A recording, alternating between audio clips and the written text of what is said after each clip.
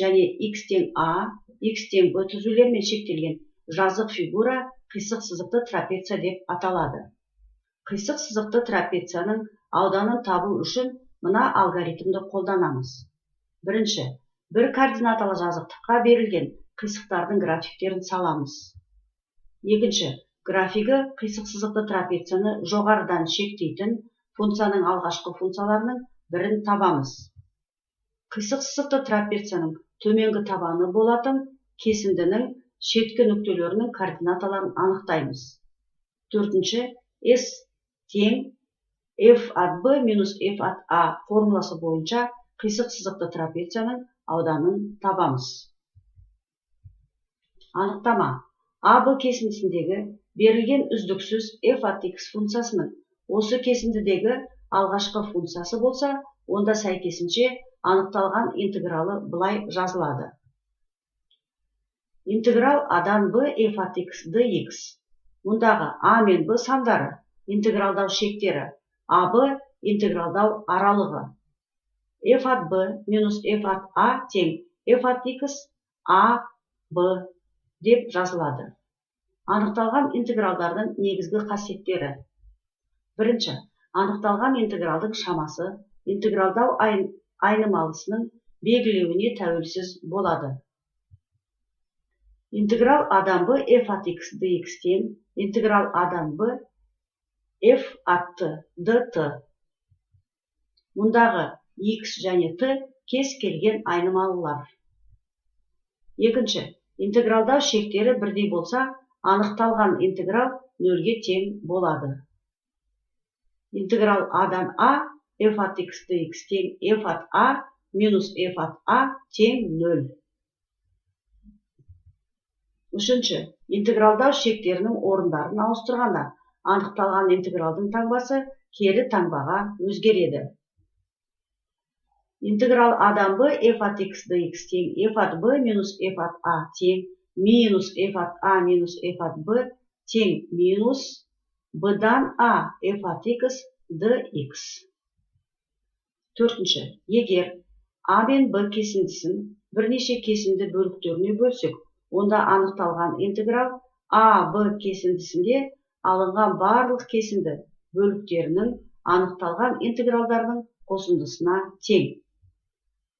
Интеграл a-дан b f от x dx тең интеграл a-дан c f от x dx қосу интеграл c-дан b f от x dx. Бесінші, тұрақты көбейткішті анықталған интеграл таңбасының алдына шығаруға болады. Интеграл a-дан b kf от x dx тең k, b-дан a f от x dx. Алтыншы, бірнеше үздіксіз функциялардың алгебралық қосындысының анықталған интегралы осы функциялардың анықталған интегралдарының алгебралық қосындысына тең. Интеграл f от x плюс минус g от x dx тең интеграл f от x dx плюс минус интеграл g от x dx. Ньютон-Лейбниц формуласы.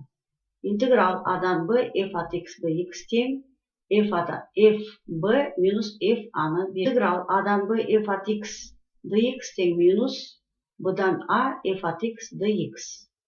Интеграл a-дан b f от x dx плюс интеграл b-дан c f от x dx тең интеграл a-дан c f от x dx. Яғни мына координаталы жазықтықта қисық сызықты трапеция кескінделген. Енді координаталы жазықтықтағы кескінделген y тең x квадрат функциясының графигі парабола және x тең минус 2, x тең 2 түзулермен қиылысқан фигураның ауданы шығып тұр. Енді осы фигураның ауданын есептеп табайық. S тең болады 2, 0-де 2, x квадрат dx тең 2 көбейту, x-дің 3 дәрежесі бөлу 3, 0-де 2. Тең болады, есептей келе 3-тен 16-ны аламыз, одан 5,3-тен 1-ді аламыз. Яғни, мына фигуралардың ауданы тең 5,3-тен 1-ге. Келесі. Y тең синус x. функциясының графигі, яғни синус ойы да беріліп тұр. Осы график бойынша координаталық OX өсімен шектелген мына фигураның ауданын табайық. S тең 2 интеграл 0 мен π аралығындағы синус x dx тең минус 2 косинус x 0 мен π тең болады минус 2 косинус π минус косинус 0. Косинус π мен косинус 0-дің мәнін кестеден қарай отырып есептегенде бұл фигураның ауданы 4-ке тең болады. Мына координаталық жазықтықта y тең x квадрат минус 1 функциясының графигі кескінделген. Яғни парабола бас нүктесі 0-де минус 1-ден өтіп тұр. Және де x тең 2-ге түзуі кескінделген. Енді осы шектелген фигуралардың ауданын табайық.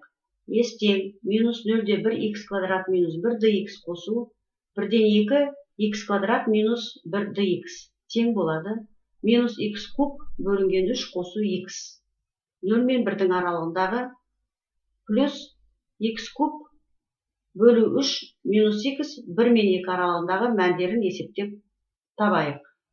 Минус 3-тен 1 плюс 1 плюс 3-тен 8 минус 2 минус 3-тен 1 плюс 1.